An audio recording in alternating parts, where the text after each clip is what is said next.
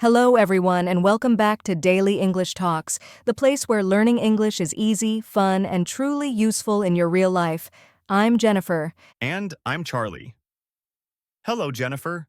Hello to all our amazing listeners around the world. How are you feeling today? I'm feeling wonderful, Charlie. The sun is shining, my coffee is ready, and I'm super excited because today's topic is something very practical, something every English learner needs to know. Oh, that sounds interesting already. Tell us, Jennifer, what are we talking about today? Well, today we're going to talk about job interviews in English.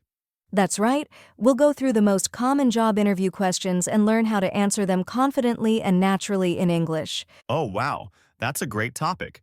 Many of our listeners are looking for better jobs or studying to improve their careers, and English interviews can feel scary sometimes. Exactly. Interviews can be stressful even in your own language, and when it's in English, it feels twice as hard. But don't worry. Today we'll make it simple. We'll give you easy-to-use English phrases, examples, and confidence tips so you can speak clearly, stay calm, and impress any interviewer. That's perfect. So everyone, grab your notebook, relax, and let's get started.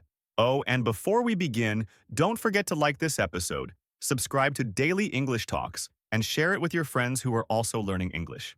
It really helps us grow and bring you more useful content every week. Yes, thank you so much for your support. Now let's begin. All right, Jennifer, let's start with the question that almost every interviewer asks first. Tell me about yourself. Yes, that's the classic one. And even though it sounds easy, it's actually a bit tricky. Many people don't know what to say. Should you talk about your hobbies, your family, your favorite food? Haha, right. I remember one person once started with, I love cats and pizza. Cute, but maybe not the best start for an interview. Exactly, Charlie. When the interviewer says, "Tell me about yourself," they want to know your professional story, not your personal life. So your answer should include 1. Who you are professionally. 2. What experience or skills you have. 3. What makes you a good fit for the job. That makes sense. So instead of saying, I'm from Spain and I love movies, I can say something like, I'm a marketing assistant with 3 years of experience creating social media campaigns. Perfect. That's short, clear, and professional. You can also add a line about your education if it's relevant. For example, I studied business administration at university, and I'm passionate about helping brands grow online. That sounds natural and confident. So the key is to keep it short, positive, and related to your work, not your pets or favorite food. Exactly. This question is your first impression, so smile, sound confident, and keep your answer around 30 to 45 seconds. Mini tip: practice out loud. Jennifer, I think it's really helpful if learners practice this out loud before the interview, right? Absolutely. Don't just write your answer, speak it. Record yourself or practice with a friend. It helps your mouth and brain get used to forming the sentences naturally in English. Nice tip. Remember, confidence grows with practice and preparation. Okay, let's move to question number 2. Why do you want to work here? Ooh, that's a big one. It's not just about your English, but also about your motivation and attitude. Exactly. Many people make the mistake of saying, because I need a job or because I need money. That's honest, but not the best answer for an interview. Yeah, that might not sound very inspiring. So, what's a better way to answer? The best way is to show that you've researched the company and you genuinely like what they do. For example, I'm very interested in your company because you create innovative tech solutions that help small businesses. I want to be part of that mission. Or, I admire your company's commitment to sustainability, and I want to use my skills to support that goal. Ah, I get it.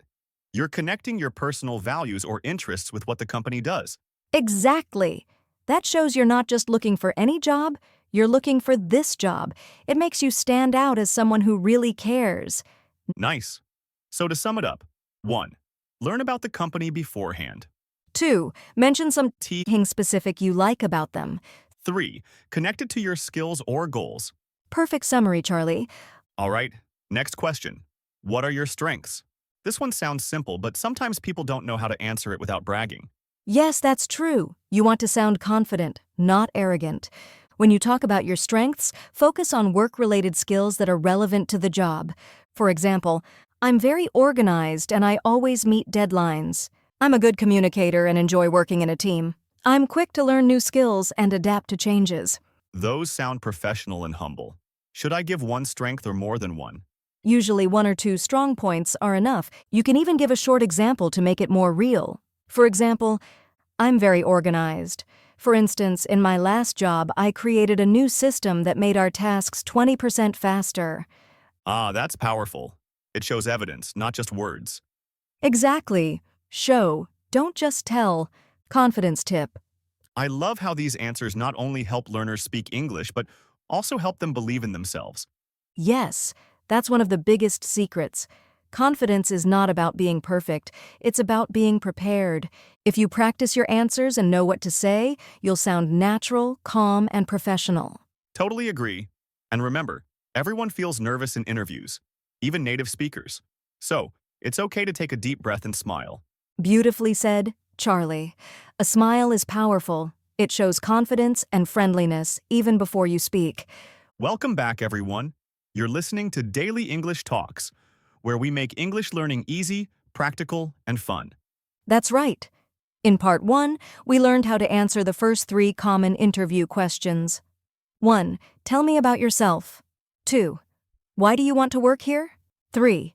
What are your strengths? Exactly. If you missed that, go listen after this episode. Those questions are the foundation of every good interview. Now we're moving into some tougher ones. Questions that test your honesty, self-awareness, and future goals. Ready, Charlie? Always ready, Jennifer? Let's dive in. Oof, this one scares a lot of people, doesn't it? Absolutely. When someone asks, "What are your weaknesses?" your first thought is, "Oh no, should I tell the truth?" Right. But remember, this question isn't meant to trap you. The interviewer wants to see that you're honest and that you can improve yourself. Here's the secret. Pick a small, realistic weakness, something true but not a deal breaker, and then show what you're doing to get better. So instead of saying, "I'm lazy," maybe I could say, "Sometimes I focus too much on small details, but I'm learning to manage my time better." Perfect example, Charlie. Or you could say, I used to feel nervous when speaking in front of a group, but I've been taking presentation classes to improve. That shows honesty and growth. I like that. It turns a negative into a positive story. Exactly. It shows self-awareness, maturity, and a willingness to improve. Here is mini practice challenge. Listeners, try this. Take a piece of paper and write down 2 real weaknesses. Then, next to each one, write what you're doing to get better. That's your personal interview cheat sheet. 5 years. That feels like a long time. What if someone really doesn't know? That's okay.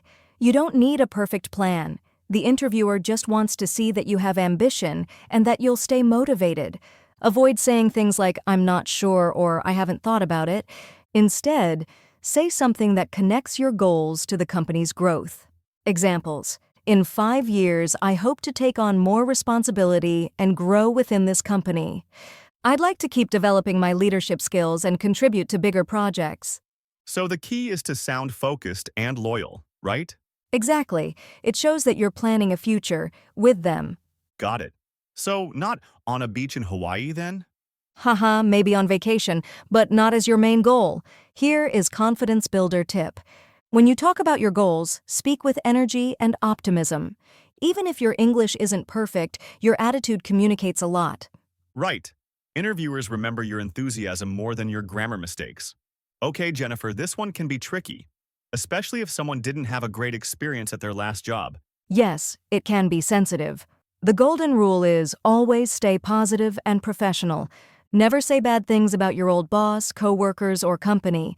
Even if you had problems, focus on what you learned and what you're looking for next. Examples. I'm looking for new challenges and opportunities to grow.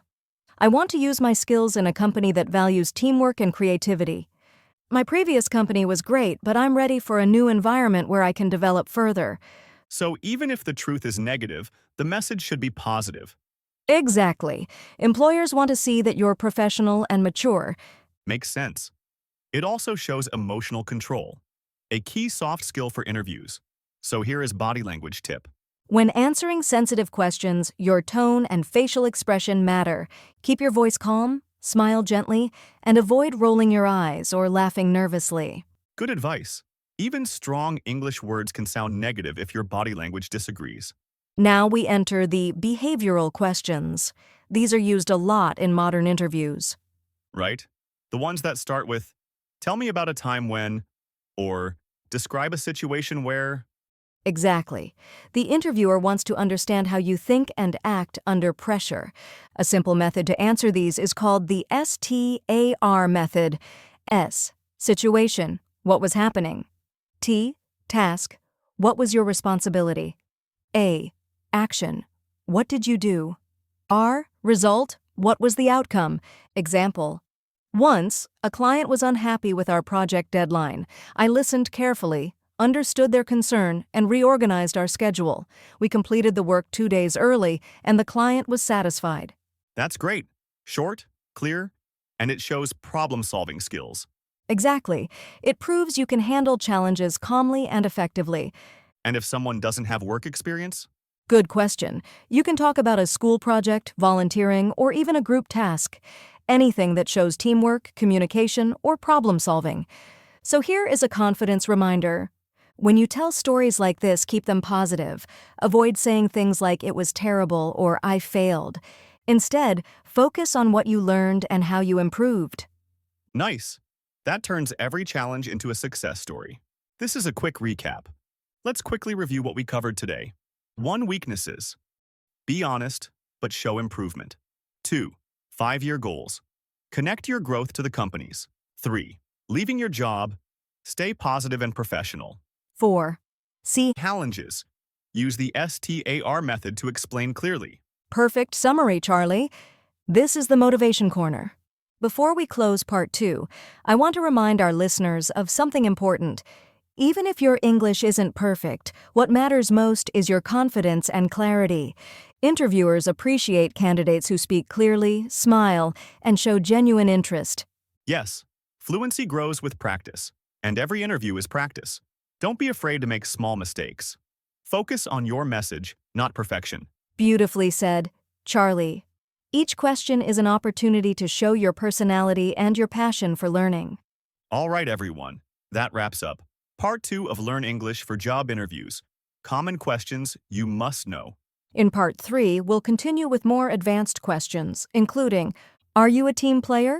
How do you handle stress? Why should we hire you? And more confidence tips to sound natural and professional in English. So don't forget to like, subscribe, and share this episode of Daily English Talks. And tell us in the comments, which interview question is the hardest for you?